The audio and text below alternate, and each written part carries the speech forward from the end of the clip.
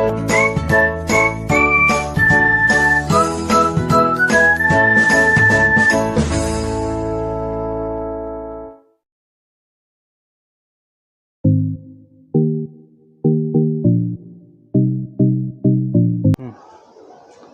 morning class, how are you all? I hope all are good. I am Wasim, your assistant teacher, and as you know I am teaching you history, the first chapter, the rise of nationalism in Europe. I told you many things regarding this chapter and many questions come from this chapter. I have explained on page number 17 little bit, not too much, but now I am going to explain from the starting 3.3, 1848, the revelation of the liberals. As I told you about the liberals, those are the people who want to freedom, equality and many other things. Suffrage right कि voting right भी इनको चाहिए थे. Liberals वो लोग थे. अब इनका देखेंगे रेवोल्यूशन. जो लिबरल्स थे इन लोगों ने एक रेवोल्यूशन की थी, एक क्रांति की थी अपने राइट्स गेट करने के लिए. So now we are talking about the revolution of the liberals. Okay, so now we are going to start on page number 17. This is the first paragraph. Okay, so now let's start.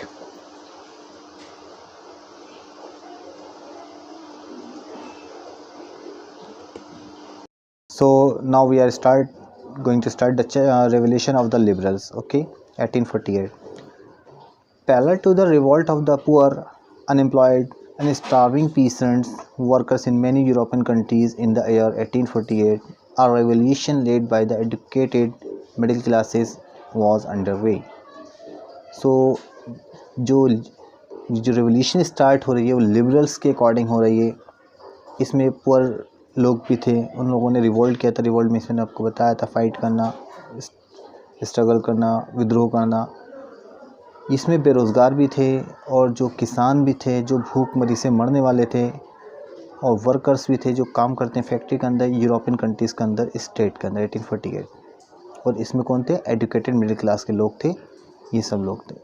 Events of February 1848 in France had brought about the abdication of the monarch and a republic based on universal male suffrage had been proclaimed.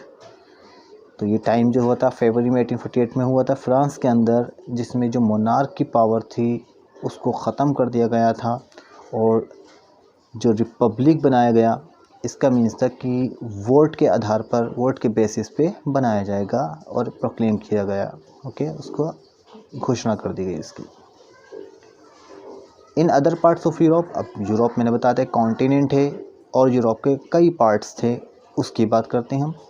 तो where independent nation state did not yet exist, तो वहाँ पर भी आज़ादी सही से नहीं मिल पा रही. जैसे Germany, Italy, Poland, Austro Hungarian empire, तो वहाँ पर भी पूरी तरीके से आज़ादी नहीं थी, नहीं स्टेट नहीं बन पाए थे जैसे जर्मनी, इन जगहों पर भी. Main and women of the liberal middle classes combine there demand for constitutionalism with national unification.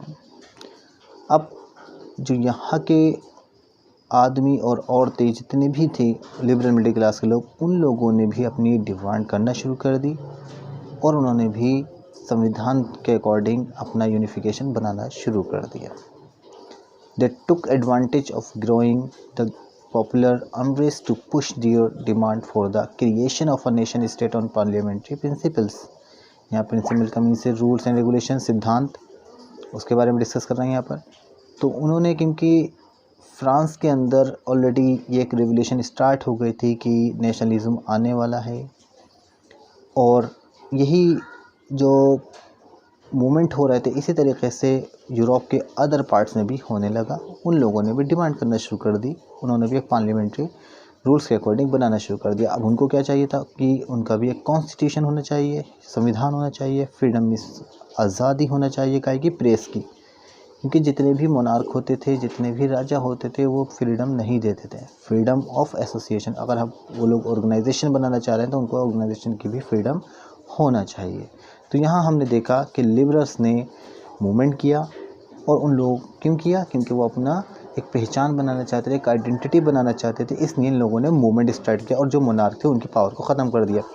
ये सब तो हो ही रहा था फ्रांस के अंदर, इसके साथ साथ यूरोप के जितने भी पार्ट्स थे, इन जगहों पर जर्मनी, इटली, इन जगहों पर भी सेम कंडीशन यही होने लगी। मिडिल क्लास के लोग ने भी वहाँ पे भी अपनी डिमांड रखना शुरू कर दी और they wanted to get constitution, freedom of press, freedom of association.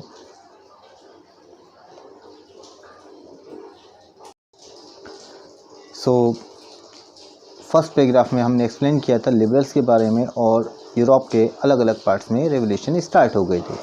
Now we are talking about the only German, okay, Germany, our region, a large number of political associations whose members were middle class, professional businessmen and prosperous artisans came together in the city of Frankfurt and decided to vote for an all German National Assembly। तो जितने भी German के लोग थे उन लोगों ने बहुत बड़ी संख्या में, बहुत बड़ी क्वांटिटी में लोग आए। इसमें जो मिडिल क्लास के लोग थे, बिजनेसमैन भी थे, प्रोफेशनल्स भी थे और हाथ से काम करने वाले प्रॉस्पेरियस मतलब सही सुल लोग भी थे। वो लोग इकट्ठे हुए, फ्रैंकफर्ट में आए और उन्होंने डिसाइड किया अब हम क्या बनाएंगे, जर्मन नेशनल असेंबली बनाएंगे, राइट। जैसे हमारी कंट्री में एक नेशनलिज्म आया था तो फिर क्या हुआ, ग्रुप बनाए गए, इट मीन्स की ऑर्गेनाइजेशन बनाई गई थी और उसके बाद मूवमेंट स्टार्ट किया गया था। इसी तरीके से जर्मन के अंदर भी सेम यही होने लगा। और 18 में 1848 831 elected representative march in a festive procession to take their place in the Frankfurt Parliament convened in the Church of St. Paul। फिर ये टाइट जो था 1848 का टाइम था, इसमें 831 इलेक्टेड रिप्रेजेंटेटिव, क्योंकि जैसे आपको मालूम है रिप्रेजेंटेटिव को जैसे हम लोग आदम खां को चुनते इसी तरीके से वहाँ पर भी जर्मन में भी लोगों ने 831 इलेक्टेड रिप्रेजेंटेटिव को चुना और उनको फ्रैंकफर्ट पार्लियामेंट के अंदर, जैसे हमारे यहाँ पार्लियामेंट है, संसद भवन है, इसी तरीके से ये चर्च के अंदर होती थी, सेंट पॉल के अंदर, वहाँ पर फ्रैंकफर्ट पार्लियामेंट है, उसके अंदर ये लोग अपनी अपनी जगह लेना शुरू कर दी। फिर उन्होंने वही हुआ कि जब सब लोग बैठ गए, डिसाइड किया, करने के बाद they drafted a constitution for a German nation to be headed by a monarchy subject to a parliament. बस यही था, उन लोगों ने अपना कॉन्स्टिट्यूशन बनाना शुरू कर दिया, जर्मन का, किसका, जर्मन का बनाना शुरू किया। और इसमें मोनार्की को भी देखा गया कि क्या है पार्लियामेंट के बारे में। When the deputies offered the crown on this term to Frederick Wilhelm fourth king of Prussia, क्योंकि इसमें जो मोनार्क थे ये विल्हेम 14 किंग जो थे ये प्रुशिया के किंग थे। ही रिजेक्टेड इट। अब ये देखा हमने कि जर्मन नेशन स्टेट बनने जा रहा है, लेकिन राजा भी थे उसमें, और इसमें जो किंग थे प्रुशिया के उन्होंने इसको रिजेक्ट कर दिया।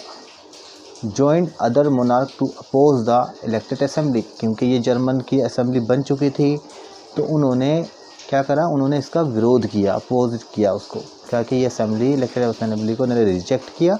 और जितने और दूसरे मोनार्क थे, राइट, जो इट मीन्स हम कह सकते हैं जो मोनार्क होते थे, राजा होते थे, पावर होती थी, उनको जो ज्वाइन किया और क्या करा, जो असेंबली बनने जा रही थी उसको रिजेक्ट करना शुरू कर दिया। While the opposition of the aristocracy and military became stronger, the social basis of parliament eroded। बस फिर क्या हुआ, जब प्रुशिया के जो किंग थे उन्होंने पहले नेशनल असेंबली का विरोध किया और करने के बाद फिर क्या करा, इन्होंने एरिस्टोक्रेसी और मिलिट्री पावर को अपने पास साथ जोड़ लिया और जोड़ने के बाद इनकी पावर स्ट्रॉन्ग हो गई, बढ़ गई। ये लोग मोनार्की जितना भी सिस्टम था और पार्लियामेंट को इन्होंने एरोडेट कर दिया, ख़त्म कर दिया। The parliament was dominated by the middle class who resisted the demand of workers, artisans and consequently lost their support। अब ये तो मालूम ही है, क्योंकि ये जो डिमांड रखी गई थी गरीब लोगों की पार्लियामेंट के अंदर, ये सब उन लोगों के लिए लड़ने आए थे जो लोग बहुत ज़्यादा गरीब थे, जो लोग बहुत ज़्यादा मिडिल क्लास के लोग थे।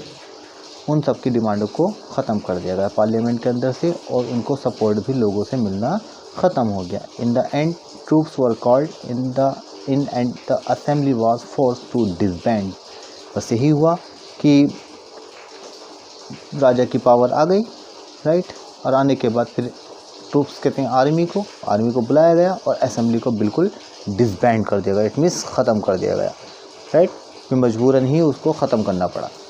तो यहाँ हमने देखा जो नेशनल असेंबली बनने जा रहे थे, लेकिन प्रुशिया के जो किंग आए उन्होंने उसका अपोज किया और मिलिट्री के साथ, अरिस्टोक्रेसी के साथ मिलने के बाद वो ज़्यादा पावरफुल बन गए और जो नेशनल असेंबली बनने जा रही थी उसको उन्होंने ख़त्म कर दिया।